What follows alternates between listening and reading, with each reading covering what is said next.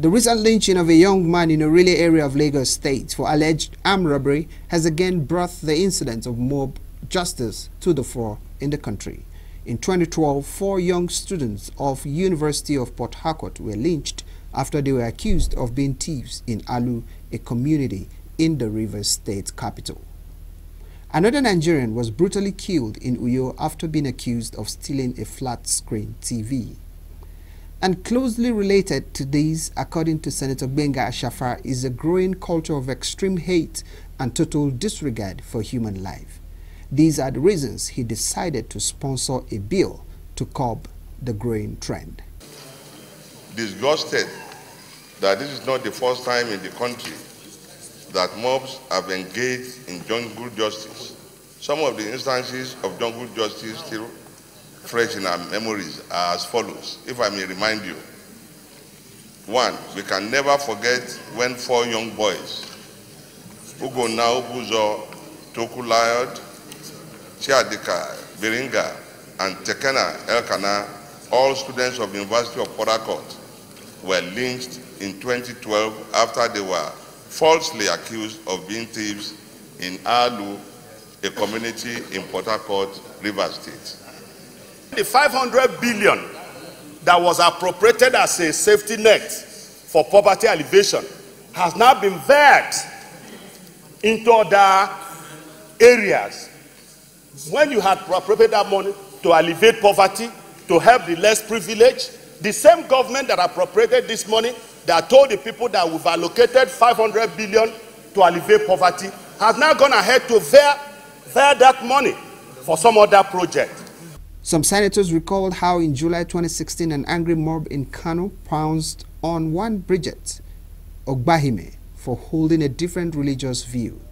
The lawmakers not only condemned the act, they also called on the police and other security agencies to live up to their responsibilities of protecting lives. Also speaking, Senator Mao Ohabunwa believes it is an indication of the level of anger and hunger in the country, describing it as a bad omen for the government and country. It's quite unfortunate that mob justice is becoming a way of life in our communities, in towns, and in villages. And I can directly attribute it to the loss of confidence between the people, the government, and the law enforcement agencies. It has become a recurring death mark that each day you see people being killed in the guise of politics, culture, or religion. I think what we need to understand in this is the very fact that if we do not, as an institution and as a government, step into this, then we will be living in a society that is abhorrent to the rule of law. I think, as we all say, a nation where people begin to take laws into their own is a very, very dangerous situation. And we must work to ensure the rule of law is always strictly adhered to and does not break down. And that is why it's very, very important that the security agencies must continue to ensure that they protect all citizens and ensure that mob justice is dealt with and those perpetrators are brought to book. At the end, Senate President Bukola Saraki believed that jungle justice is a dangerous trend and urged the citizenry to adhere strictly to the rule of law.